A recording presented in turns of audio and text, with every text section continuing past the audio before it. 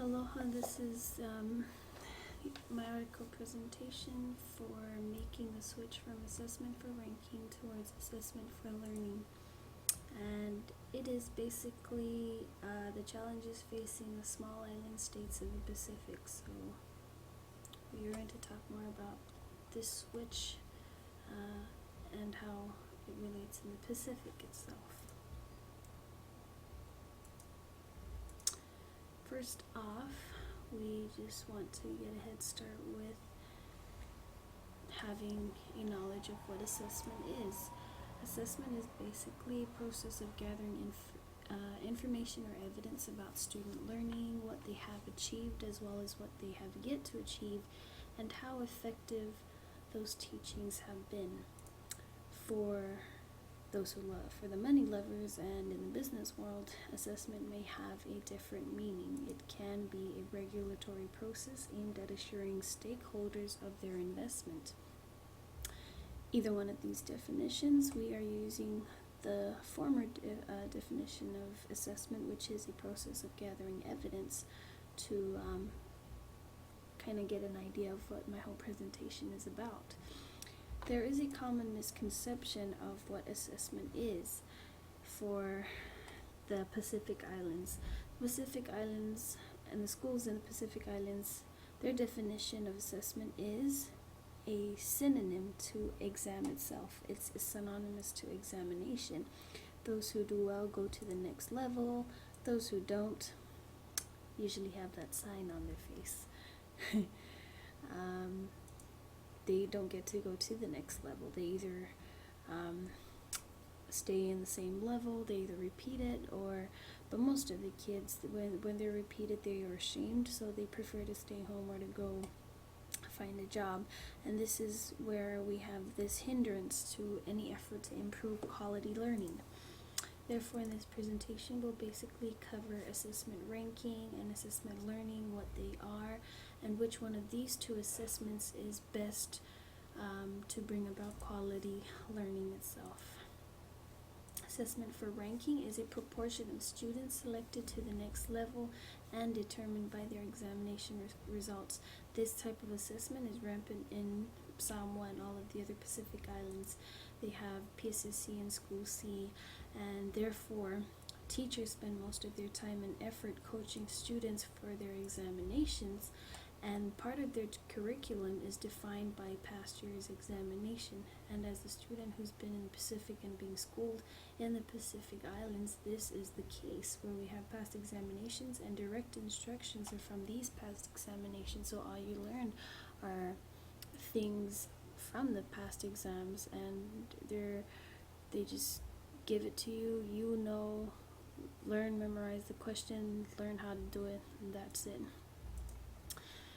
They actively teach them to pass the test rather than understand the material tested, which is very common there as well.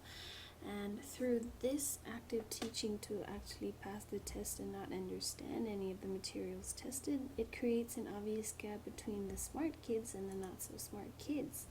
Later on, we'll talk about how they classify these kids into certain classes, the smart ones in the smart class and the not so smart in the not so smart class. And it really discourages and brings a lot of shame to kids who have this not so smart tag on their foreheads. With this kind of assessment, it does not encourage inquiries, researching, and problem solving. So basically the students will be immune to this and to be able to critically think for themselves. For those students who, as the case in some, I am talking specifically about Samoa because I've been there. I went to school there for 13 years, and I really understand how it is over there education-wise. There are, in some government schools, they have more smart kids, more kids who achieve the expected standards, but less resources to accommodate these students who have achieved the expected standards. So we kind of have a problem right there. Then we come to assessment for learning, which provides information to identify possible problem areas and strategies to address them. So we have these two assessments, assessments for learning and assessment of learning. These two are both important. They may sound different, but they are still very important. Under assessment for learning, it bases a lot of its assessments on a variety of information sources like exams, homework, and everything like that. Feedback is also very important in assessment for learning because it describes and emphasizes a student's strengths and weaknesses. Teachers checks understandings and adjust their instruction for students. So for those who have a hard time understanding what the teacher is saying, a teacher can develop ways whereby to make them understand in a different yet simpler manner. And it occurs throughout the whole learning process.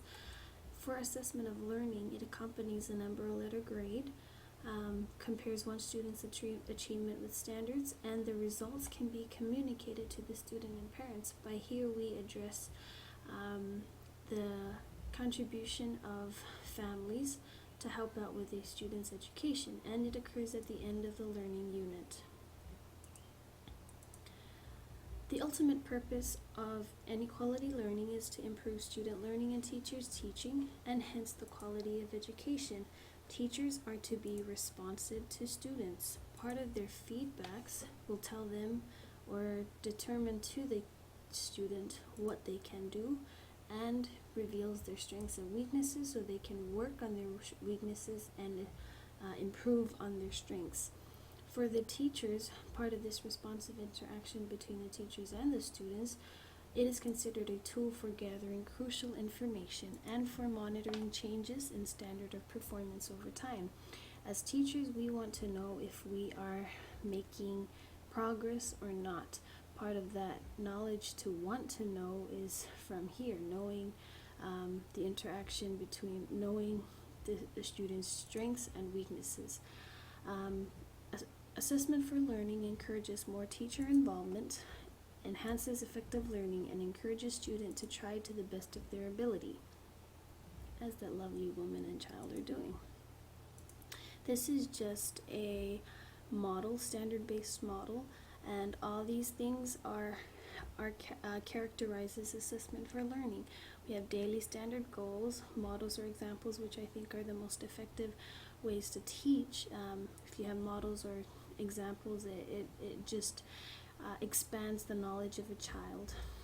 Exercises, daily exercises, of course, improves your knowledge, expands your knowledge. Observation forms, rubrics, we have that. Feedback sheets, this is actually very important.